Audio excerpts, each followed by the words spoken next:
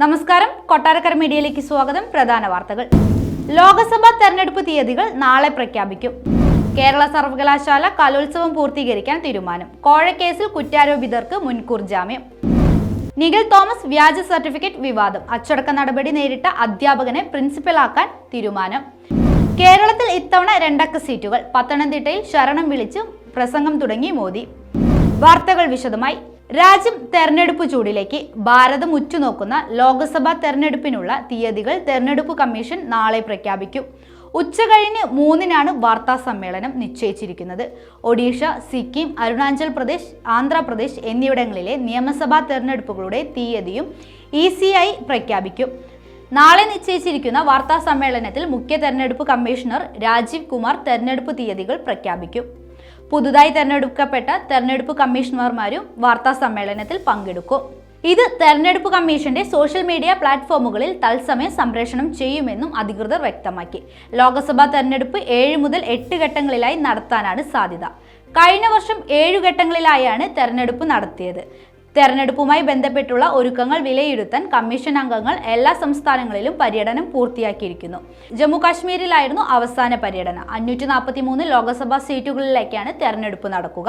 കേരള സർവകലാശാല കലോത്സവം പൂർത്തീകരിക്കാൻ സിൻഡിക്കേറ്റ് യോഗത്തിന്റെ തീരുമാനം. കലോത്സവ വേദിയിൽ ഉണ്ടായ തുടർച്ചയായ സംഘർഷങ്ങൾ അന്വേഷിക്കാൻ യോഗം പ്രത്യേക സമിതിയെ ചുമതലപ്പെടുത്തി.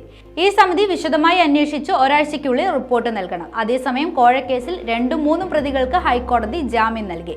ഏറെ വിവാദങ്ങൾ സൃഷ്ടിച്ച കേരള സർവകലാശാല കലോത്സവം തുടർച്ചയായ സംഘർഷങ്ങളുടെ പശ്ചാത്തലത്തിൽ വൈസ് ചാൻസലറുടെ നിർദ്ദേശപ്രകാരം നിർത്തിവെക്കുകയായിരുന്നു.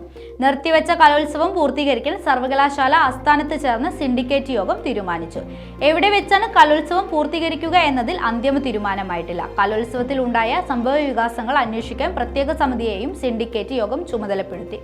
Doctor Gop Chandran, advocate G Muraleedharan, R Rajesh, doctor Jayan എന്നിവരടങ്ങിയ സമിതിയാണ് സംഭവത്തിൽ അന്വേഷണം നടത്തുക.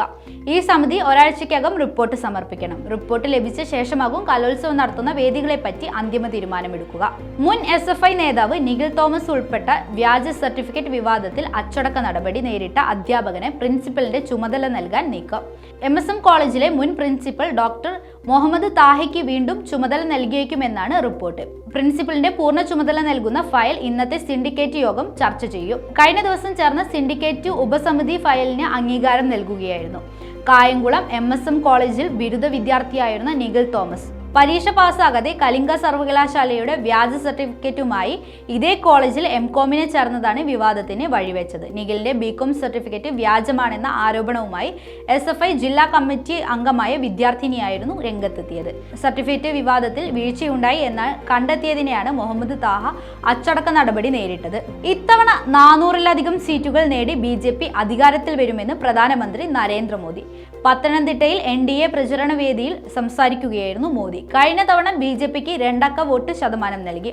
ഇത്തവണ 2 അക്ക സീറ്റുകൾ കേരളത്തിൽ ലഭിക്കുമെന്ന് മോദി പറഞ്ഞു.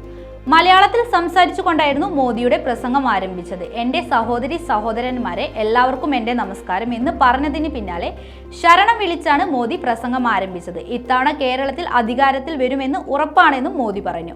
റബ്ബർ വിലവർദ്ധനവിൽ LDFും UDFും ഒത്തുകളിക്കുകയാണ്. വോട്ട് ബാങ്ക് രാഷ്ട്രീയമാണ് ഇരു മുന്നണികളും നടത്തുന്നത്. ഇവിടെ ശത്രുക്കൾ ഡൽഹിയിൽ മിത്രങ്ങളാണ്. കേരളത്തിലെ ജനങ്ങളെ കബളിപ്പിക്കുകയാണ് ഇവർ ചെയ്യുന്നത്. സ്വർണത്തിന്റെ മറവിൽ LDFും സോളാറിന്റെ മറവിൽ UDFും കൊള്ള നടത്തിയെന്ന് ആരോപിച്ച് മോദി കേരളം മാറി ചിന്തിക്കണമെന്നും ആവശ്യപ്പെട്ടു.